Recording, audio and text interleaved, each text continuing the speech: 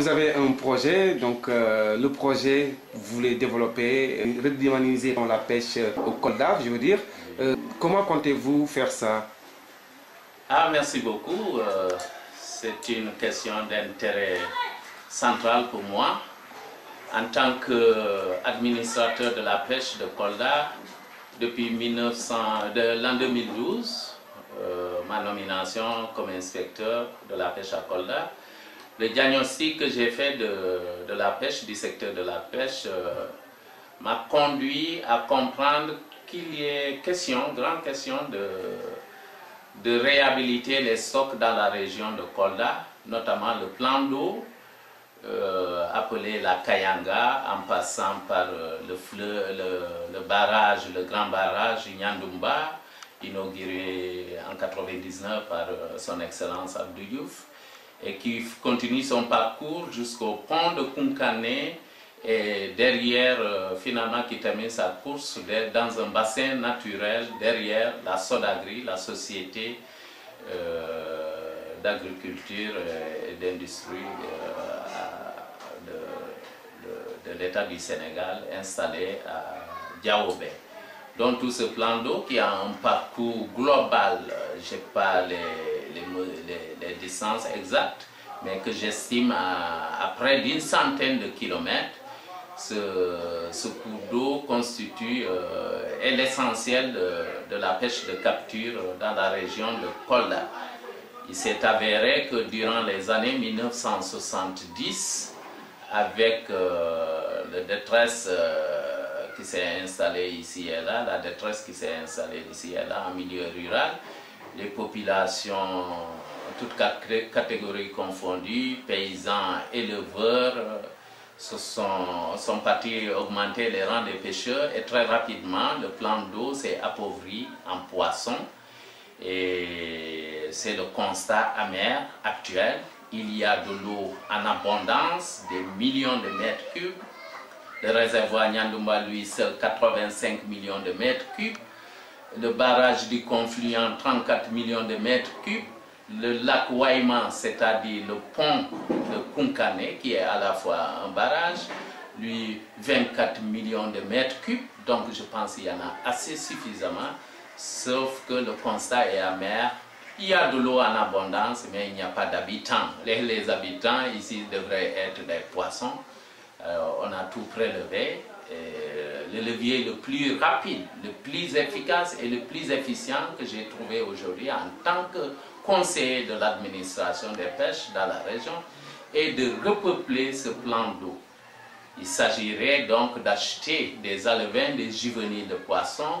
Il y a des producteurs, il y a des écloseries, on peut en trouver en milieu naturel, et d'aller les relâcher au niveau du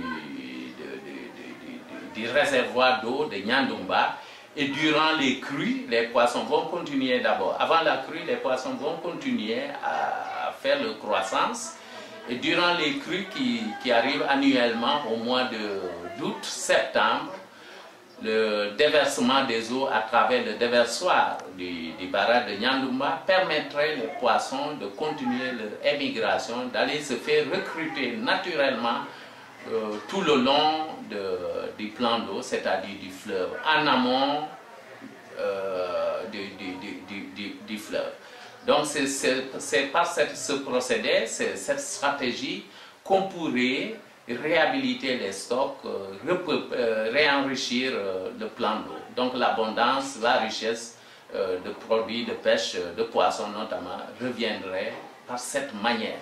C'est le levier le plus rapide, contradictoirement à faire servir la réglementation, parce qu'aujourd'hui on constate bien que le personnel est très déficitaire, on n'a pas les moyens logistiques, on n'a pas la possibilité de pourchasser un pêcheur dans les forêts, là où il a installé sa cabane sous des arbres, dans des hautes herbes, en milieu purement sauvage, à la rencontre des reptiles, pour faire réglementer, pour faire respecter une réglementation qui permettrait au bout de faire revenir le poisson. En vous entendant, on a l'impression que ce n'est pas finalement très compliqué de, comme vous dites, de redynamiser la pêche, de mettre du poisson dans ces endroits. C'est pas vraiment compliqué. Mais pourquoi ça se fait pas depuis très longtemps d'ailleurs que ça existe ce phénomène? Pourquoi ça se fait pas? Bien, ça ne se fait pas, c'est le constat amer où ça démarre timidement ici et là, mais à grande échelle, nous ne l'avons pas constaté et il est temps qu'on puisse le faire. Dans la région particulière où je suis, la région de Kolda, 4 inspecteurs m'ont précédé. Peut-être que ça n'a pas été la compréhension, parce que nous ne sommes pas sortis des mêmes écoles, nous n'avons pas les mêmes spécialités, et donc peut-être ça devrait commencer par moi, parce que ce n'est pas un rêve, ce n'est pas de la théorie, c'est quelque chose que j'ai fait depuis que je suis en 2012 installé dans cette région. Effectivement, oui. Avec des moyens de bord, et je vois les résultats qui sont palpables, qui sont visibles. Effectivement, c'est ça. D'ailleurs, la différence, c'est que vous n'êtes pas dans la théorie. Ce que vous êtes en train de dire, vous le pratiquez tous les jours en exploitant des parties, de petites parties là-bas, pour essayer ce que vous dites. Donc, c'est une réalité que vous vivez tous les jours. Tout à fait. C'est ça mon ultime conviction. C'est comme si c'est quelqu'un qui cherchait à voir Dieu. Je l'ai vu, et bien, je ne vois pas qu'il puisse me prouver le contraire, que ce que je fais là, c'est pas ça. Il n'y aura pas de résultat. Donc c'est quelque chose que je pratique encore une fois tous les jours et je peux inviter quiconque à venir s'en édifier. J'ai eu l'honneur et le grand plaisir d'être visité par mon ministre durant la tournée du président, sa tournée économique. Mon ministre, le ministre Omar Gueye m'a fait l'honneur, le grand honneur et l'immense plaisir de venir, d'accepter d'aller jusqu'en Brousse, voir là où j'expérimente cette stratégie à petite échelle, et il en est ressorti très convaincu et vraiment séduit.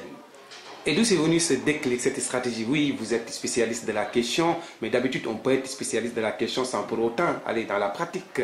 On peut rester dans la théorie, et puis avec la lourdeur parfois de l'administration. D'où c'est venu ce déclic, vous, d'aller appliquer, pratiquer la chose pour pouvoir trouver cette solution que vous dites?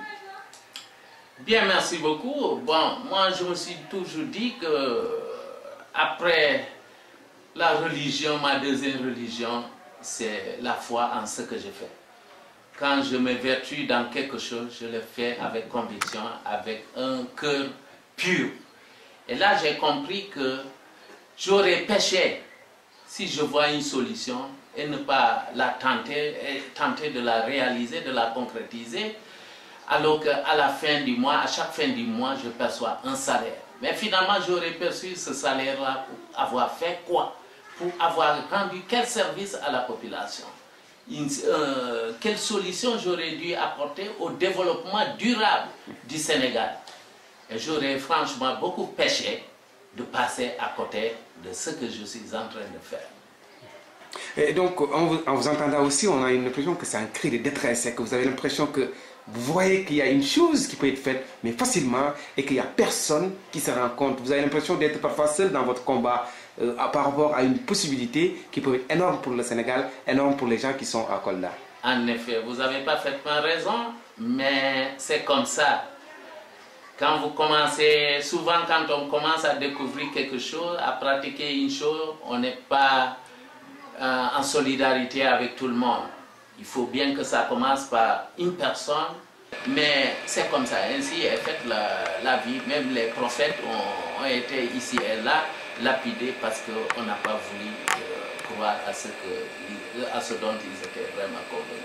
Redynamiser la pêche, le projet vous coûte 244 millions. En effet. C'est pas énorme finalement, si on se rend compte, 244 millions, c'est pas énorme. Mais quel est l'impact qu'on aura? Empoisonner le cours d'eau principal de pêche de capture de la région de Kolda, c'est-à-dire le fleuve Kayanga, Nyandumba, le barrage du Confluent, le lac Waima, et par la suite derrière la Sodagri, tout cela c'est le même plan d'eau qui est alimenté à partir d'un fleuve de la Guinée qui durant l'hivernage est en crue et les eaux entrent au Sénégal à travers ce couloir-là, ce réseau hydrographique. Oui, l'empoisonner permettrait aux Koldois de retrouver ce qu'ils avaient avant. c'est-à-dire le poisson, la disponibilité du poisson dans leurs eaux et de pouvoir se servir, se sécuriser en produits de pêche sans dépendre à 100%, comme c'est le cas aujourd'hui pratiquement. Ils sont dépendants du poisson pêché en eau de mer, dans les océans, venant donc de tous les littoraux du Sénégal, de Saint-Louis, en passant par Dakar, en passant par la Gambie même, et Ziguinchor, Kafountine. Donc les Koldois aujourd'hui, à 95% de nos statistiques, trouvent le poisson à partir de ces zones-là. Mais si on en venait à développer le poisson dans les eaux locales, les eaux de la région, ça leur permettrait de trouver du poisson. Le jour où le camion ne viendrait pas chargé de sardinelles, de poissons, et qui souvent sont très mal conservés, perdent leur fraîcheur, ben, ils pourraient aller à la plage du fleuve, acheter le poisson vivant encore ou frais. Hein, ça contribuerait encore mieux à ce projet-là. Ne coûterait 244 millions pour obtenir quoi? Pour satisfaire tout le besoin d'une région. Je pense qu'il n'y a rien de plus efficient, de plus efficace. Dernier mot sur cette question aujourd'hui. Qu'est-ce que vous allez dire à nos internautes, à tous les Sénégalais qui vous regardent, par rapport bien sûr à ce projet? Eh bien, deux choses, je crois bien. D'abord, c'est difficile en tant qu'un cadre, un intellectuel, de défendre son propre chantier, son propre projet, de bien vouloir me comprendre et de m'épargner pour ceux qui seraient tentés de trouver à travers moi une pédantisme ou un excès de zèle. J'ai horreur de ça. Si je le fais aujourd'hui, c'est parce que je veux faire quelque part quelque chose pour ce Sénégal. Et encore, quand il s'agit de ma région naturelle, je suis redoublé d'efforts.